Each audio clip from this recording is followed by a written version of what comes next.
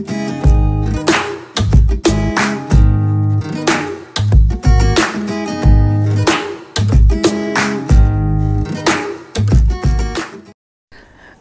আলাইকুম, কেমন আছো, কেমন আছেন সবাই? আশা করব যে যেখান থেকে দেখছো নিশ্চয়ই ভালো আছো, সুস্থ আছো এবং পরিবারের সাথেই আছো। আচ্ছা, মজার ব্যাপার হচ্ছে আজকে আমার ছুটির দিন, আর ছুটির দিন বলেই চা হবে, পরোটা হবে, তাই না? চা পরোটা না হলে কি আর ছুটির দিনটাকে ছুটির দিন বলে মনে হয় নাকি বলো তো? সেই জন্যই ঘুম থেকে উঠেই যেটা প্রথম কাজ করলাম সেটা হচ্ছে গিয়ে চা বসিয়ে দিয়েছি, এবং এই দেখো একেবারে আটা টাটা দিয়ে আমি পুরা মেখে টেখে রেডি। এখন শুধু পরোটাগুলো বানাবো এবং ভাজবো। আর ভাজার জন্য আজকে আমি যেটা করব সেটা হচ্ছে গিয়ে হাতে বানানো ঘি। হ্যাঁ, এটা তোমরা সবাই জানো, যারা বাইরে থাকো, বাইরে আছো, প্রবাসে যারা আছো, তারা সবাই কিন্তু আমি জানি টুকটাক ঘিটা বানিয়ে রাখো। আমিও সেরকম ঘিটা বানিয়ে রাখি। আর আমি খাবো না রে, আমি ঘিয়ে ভাজা পরোটাটা আমার কাছে কেন যেন ভালো লাগে না। যেহেতু এটা আটা, সেই জন্য আরেকটু ভালো লাগবে না। আর এটা তোমাদের ভাইয়ার জন্য, তোমাদের ভাইয়া আবার পছন্দ করে খুব। একেবারে হাতে তোলা ঘি দিয়ে গরম গরম পরোটা হবে, একটা খেলেই চলবে কিন্তু খেতে হবে। আমারটা শুকনো পরোটা হবে। আর ডিম ভাজি না হলে চলবে না রে বাবা। এই শীতের দিনের সকালবেলার একটা নাস্তা, ছুটির দিন, তারপরে এরকম একটা নাস্তা না হলে মানে ছুটি ছুটি ভাবতে হয় না। সেই জন্যই ডিম ভাজি আছে, সেই সাথে উফ আমার চা, চা, দুধ চা, এবং সেটার কালারটা শুধু দেখো। আমার শুকনো পরোটাটা তোমরা অ্যাভয়েড করো, এই তোমাদের ভাইয়ার ঘিয়ে ভাজা পরোটাটা দেখো, দারুণ। স্মেলটা সেরকম। অরেঞ্জ জুস, একেবারে ফ্রেশ অরেঞ্জ জুস, সেই সাথে লেফট ওভার এটা লাবড়া ছিল, ভাজি ছিল। এটা কিন্তু খেতে দারুণ হয়েছিল, দারুণ লেগেছিল খেতে। মানে হচ্ছে রুটি পরোটা দিয়ে এই ভাজিটা খুবই দারুণ লাগে। শীতের দিনের বিকাল, কোথায় শুরু কোথায় শেষ টের পাই না। পলক ফেলতে না ফেলতেই চলে যায়। বাজে হচ্ছে গিয়ে 6:10। আমি কিন্তু সকাল থেকেই বাইরে যাব এই করছি। আমার বাইরে যাওয়াটা ইমার্জেন্সি ছিল, কিছু জিনিসপত্র ছিল কেনাকাটা করার দরকার ছিল।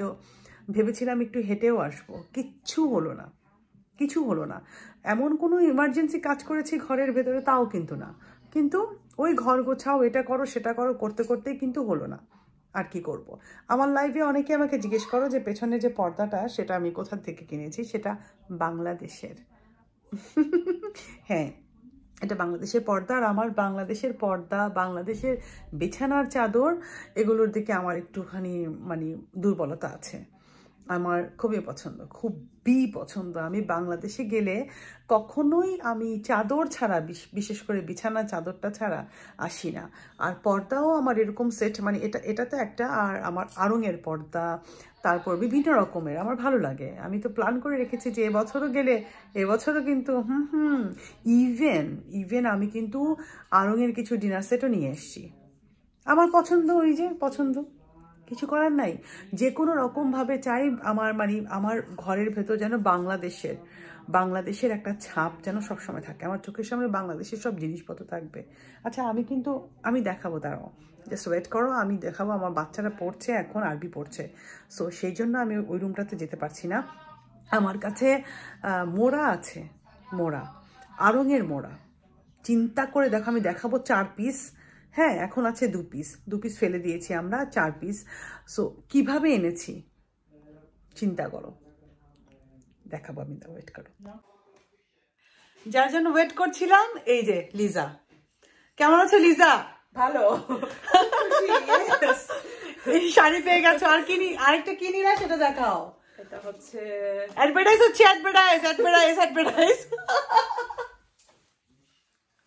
এটা হচ্ছে গিয়ে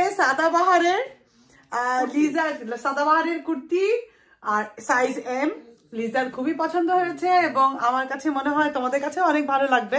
আচ্ছা, সবচেয়ে মজার, খুব কমফোর্ট, এটা কমফোর্ট। আর হচ্ছে তুমি এটা জিন্স দিয়ে ওয়্যার করতে পারো, সেলর দিয়ে পরতে পারো, তোমাদের ইচ্ছা।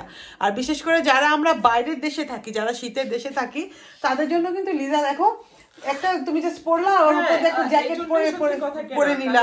অনেক সময় বাঙালি প্রোগ্রাম, আরেকটা মজার কথা বলি, আমি একটু পরে দেখাবো লিজা আমার জন্য কি নিয়ে আসছে। এই না, অবশ্যই আমি দেখাবো। my God, please. লিজা কোনো না কোনো ভাবে লিজা জানে যে আমি খুব ফুডি, মানে এটা সবাই তোমরা সবাই জানো যে আমি খুব ফুডি, আমি খেতে খুব পছন্দ করি। আর লিজা এটা খুব ভালো করে জানে যে আমি খেতে পছন্দ করি। আমার জন্য সে যা যা নিয়ে আসছে এগুলো আমি জীবনে করে খাবো না, একদম অনেস্টলি বললাম। সো আমি মানে আমি একটু পরে আমি সবকিছুই দেখাবো যে ও কি কি নিয়ে আসছে। তো থ্যাংক ইউ লিজা। এর মতো হয়তো মজা হবে না, কিন্তু জাস্ট রিস্ক নিয়ে আসছে যেটা। এই মজা তো পরে হবে, আমি তো বানাবো না। মজা তো পরের কথা, আমি তো এত কষ্টই করবো না। ভর্তা নিয়ে আসছে, তারপর মুলার তরকারি আর কাঁচা মুলাও জমিন থেকে তোলা, চিন্তা করো। সো লিজাকে মানে অনেক অনেক থ্যাংক ইউ লিজা, একেবারে সবার সামনে থ্যাংক ইউ বললাম কিন্তু। অবশ্যই পছন্দ করবো। আমরা আড্ডা মারি, ওকে? আপাতত টাটা। আজ মঙ্গলবার সকাল, এখন প্রায় 11:30 মতো বাজে। আর লকডাউনের চিত্র কি করবে আসলে, এদের কাউকে দোষ দেওয়া যাচ্ছে না। আমরা আমাদের নিজেদেরও কাজ করতে হচ্ছে, আবার স্কুল কলেজ খোলা আছে। তো এমন লকডাউনে লোকজনকে তো বের হতেই হবে। তবে সচেতন আছে সবাই এখন জানে যে কার কি করতে হবে, কতটুকু মানে সচেতন থাকতে হবে একজন মানুষের কাছ থেকে আরেকজন মানুষের কতটুকু দূরত্বে থাকতে হবে। সব কিছুই এখন মানুষ খুব ভালো মতোই জেনে গেছে, মানুষ দূরত্বটা বুঝে গেছে।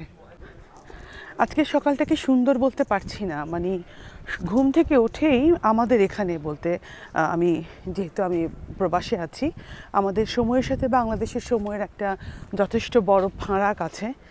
তো আমরা আমাদের সকালে ঘুম থেকে উঠেই যে খবর আজকে দেখলাম শুনলাম, তাতে মনটা এত অস্থির হয়ে আছে। নিশ্চয়ই বুঝতে পারছেন আমি বলছি সিলেটের অগ্নিকাণ্ডের কথা। আসলে চিন্তা করা যায় না, মানে এখনও জ্বলছে আগুন। আমি এখন যখন বাসা থেকে বের হয়ে আসছি, তো তখনও খবরে দেখলাম যে দাও দাও করে আগুন জ্বলছে।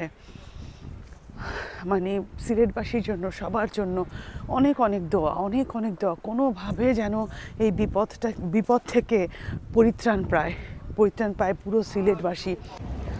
সকাল থেকে বিভিন্ন রকমের কাজ শেষ করে এখন কিন্তু বিকেল হয়ে গেছে, প্রায় বিকেলই, মানে ধরো 3:30 4টা হবে। তো আমরা এখন বানুফে একটু আসলাম, আমাদের আরেকটা কাজ ছিল সেটার জন্য। কাজেই আছি রে ভাই, কি করব বলো, কাজের ভেতরেই আছি। আর হচ্ছে ছুটির দিনে বেশি কাজ, ছুটির দিনে তোমার যত ধরনের কাজ করতে পারো করে নিও, কি বলবো। মানুষের ভালোবাসা পেতে কার না ভালো লাগে বলো, এ হচ্ছে গিয়ে লিজার ভালোবাসা। এত ভালো লেগেছে আমার, মানে আমি কি বলবো, কালকে রাতে দেখাতে পারিনি, একটু ক্লান্ত ছিলাম। তবে এত মজার ভর্তা ছিল, এবং এই তরকারিটা মূলো দিয়ে ফ্যান্টাস্টিক। ধন্যবাদ লিজা। তার পালা এখন, যার মতো করে সবাই বাড়ি ফিরে যাচ্ছে। রাতের বেলার এই শহরটাতে কেমন যেন একটু অন্যরকম লাগে। তারা থাকে মানুষের বাড়ি ফেরার, যেমন পাখিদের থাকে না, পাখিরাও কিন্তু সন্ধে নামার ঠিক আগ মুহূর্তে একেবারে কেমন যেন কিচির মিচির করে কখন যাবে তার বাসায়, ঠিক তেমনই মানুষরাও, আমরাও। তারা থাকে প্রিয়জনের কাছে যাবার, কখন ফিরবো বাড়িতে, কখন প্রিয়জনের সাথে দেখা হবে, পরিবার পরিজন সবাইকে নিয়ে শান্তিতে একটু বসবো। আমিও ফিরে যাচ্ছি বাড়িতে। আজকের ব্লগটা এখানেই শেষ করলাম। ভালো থেকো সবাই, ভালো থাকবেন সবাই, যে যেখান থেকে দেখছেন সবাই সবার জন্য দোয়া করবেন।